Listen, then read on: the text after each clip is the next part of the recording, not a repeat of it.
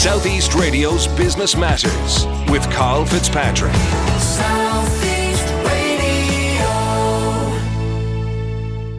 Well, customer experience is one of the world's fastest growing business disciplines. The principles and the benefits are simple to understand. However, where many organisations struggle is in making it happen. The CX company takes the temperature of the customer experience annually here in Ireland, and to discuss their CXI Customer Experience Report 2021, I am now joined by Cathy Summers. Cathy, start by providing us with an insight into the CX company and the services that you provide. Great. The CX company, we're based in Dublin, and we basically help companies to improve their customer experience.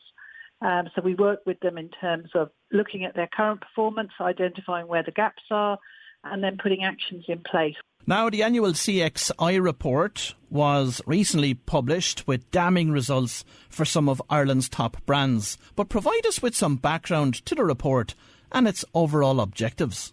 So we originally set up the survey back in 2015, and the real objective was to be able to benchmark the customer experience performance across the top brands in Ireland.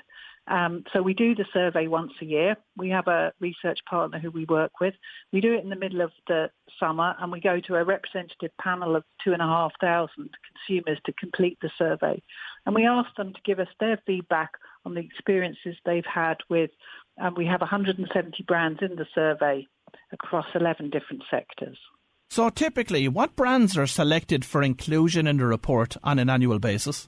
So we would include all of the top well-known brands in Ireland. So, for example, in the financial sector, you'd have the likes of the Credit Union, Bank of Ireland, AIB. We'd have all the retailers, the supermarket brands. We put a new sector in this year, actually, called Logistics and Delivery to cover off all of the delivery companies, so the likes of Fastway, UPS, DHL, etc.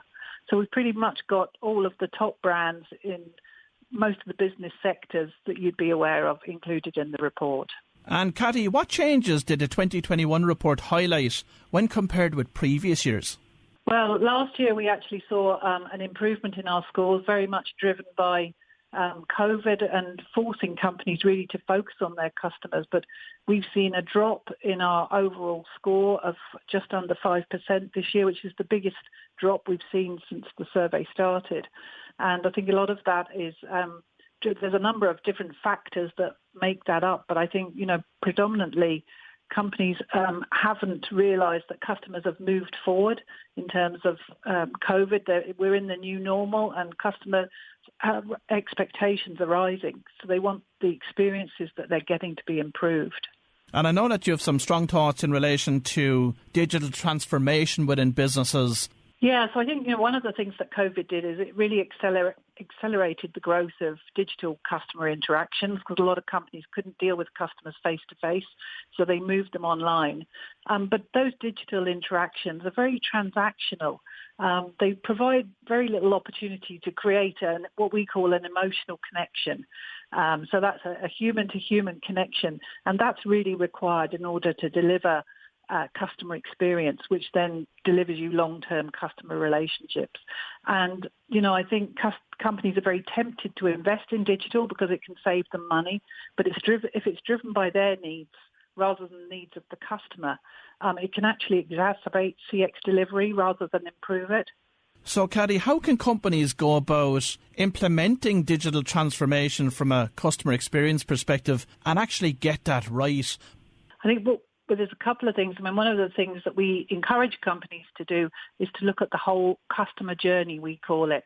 So, from when the customer starts to try and do something, say if they were renewing their car insurance, for example, looking at each step of that journey and understanding what they're trying to do and how they're trying to do it. And, if it's a simple transaction, like a simple payment, then absolutely digital is potentially the right way to go. But if a customer has a more complex query, or particularly if they've got an issue, then they're more likely to want to speak to a person. So it's about being able to have the right channel for the right thing the customer's trying to do, and also making it very easy for customers to move between channels. So if they're trying to do something online and they can't do it, can they get help straight away? Like, is there web chat, or can they just press a button and get through to somebody on the phone? That's a very good point that you're making. One of the challenges for many businesses, I suppose, today is that there are so many channels, whether that's a range of social media channels, the phone, email, live chat and everything else that goes with it. So it's quite a complex area for companies to get right.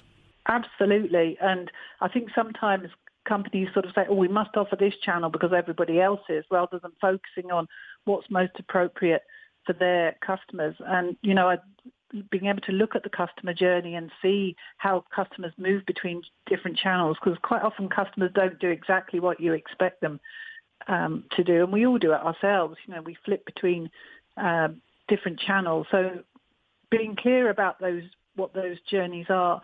And then also the other challenge that companies face is obviously you're collecting data in all of those channels and making sure that you're actually able to link it together, because one of the key frustrations from a customer point of view is, I've been online, I filled in a form, and then I phone you up and you don't know what I filled in on the form because the person on the phone can't see the data that's linked to the website, for example.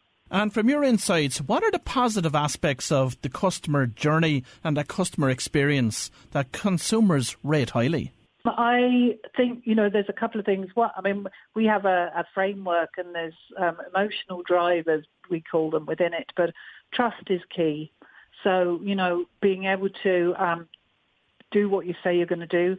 Don't use jargon. There's a lot of industries and sectors where there's lots of jargon. Keep your language really simple. The more complicated your language, the more customers think that you're trying to hide something. Also, make it personal. Use somebody's name. Make it personal to them. Recognise them. Remember them if they've talked to you before, or use your data in order to do that. The lowest scoring of our emotional drivers is managing expectations, and we refer to it as delivering on your promise. So if you've got an advertising campaign or you've said something to a customer, you must deliver on your promise. And conversely then, where are the areas that you feel that Irish businesses need to focus? I think a lot of it comes down to really understanding your customers. One size doesn't fit all.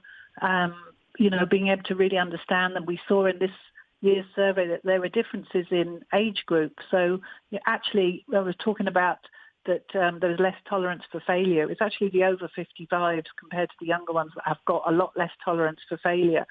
And those people, a lot of them will have been customers of companies for a long time. I think sometimes those customers who've been with companies a long time get taken for granted. So really being able to align your CX delivery with the needs of your different customer groups is really key in being able to deliver CX excellence. And one other thing is that, customer experience is very closely aligned with employee experience. So if your staff aren't having a good experience, you can't expect them to give a good experience to customers. And what was the best performing organisation from a customer experience perspective, and what can we learn from them? So it's the Irish Credit Union, and they have actually been number one in our survey for the 7 years since we started. Phenomenal performance, and, they don't rest on their laurels either. They really have looked constantly at how they can improve the experience. So obviously they really come to the fore in terms of trust. They're very much part of the community, and we really saw that in our top 10 brands this year. Like 5 of our top 10 brands are pharmacies. They played a phenomenal role during COVID, providing medical advice, delivering prescriptions, playing a key part in the vaccine rollout. You've got other brands in there as well, the likes of Butler's Chocolates and Nespresso.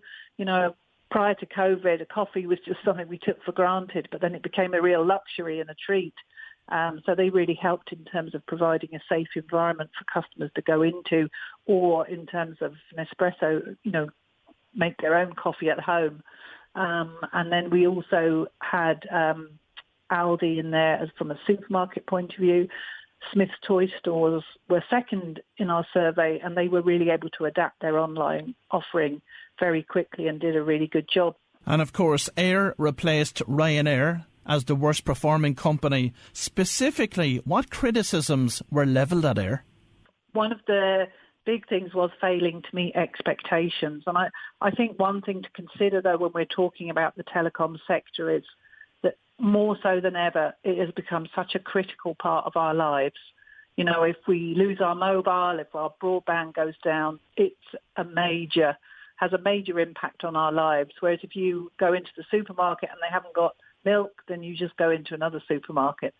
So, you know, it does have a critical point and impact on your lives. But, you know, there are things definitely that the communications companies can do better. Being able to talk to somebody, because quite often the queries you have can't be solved yourself by looking online. Just showing that they genuinely care as well, and that they're interested in their existing customers, and it's not just about getting new customers. And Cathy, is it true to say that customer experience and, of course, customer service is no longer Monday to Friday from 9 to 5? Yeah, absolutely. Yeah, it's 24/7. And I think we've just become so used to going, well, I need to speak to them. Oh, my God, I can't believe that they're not open, you know, past 7 o'clock, or they're not open at the weekend. So, you know, I think that digital has driven that a lot as well. And finally, Cathy, as businesses focus on growing their way out of the pandemic at this stage, what advice have you got for them on how they can improve their overall customer experiences? I think they need to listen to their customers. They need to make sure that they get feedback, so they know what they're doing well and what they're not doing well, and be very honest with themselves. And I think it's about, as well, looking at that balance. If they are using digital, the balance between the human and where they're using humans, are they really adding value to the interactions with each customer? The human interactions make customers feel closer to an organisation, and that drives CX success. Digital won't do that. So it's about getting that combination right and using your humans where they're going to have most effect. Well, if you've just tuned in, that was Cathy Summers from the CX Company, and there's certainly lots to consider by business owners when designing their customer experience strategy. Southeast Radio's Business Matters with Carl Fitzpatrick. South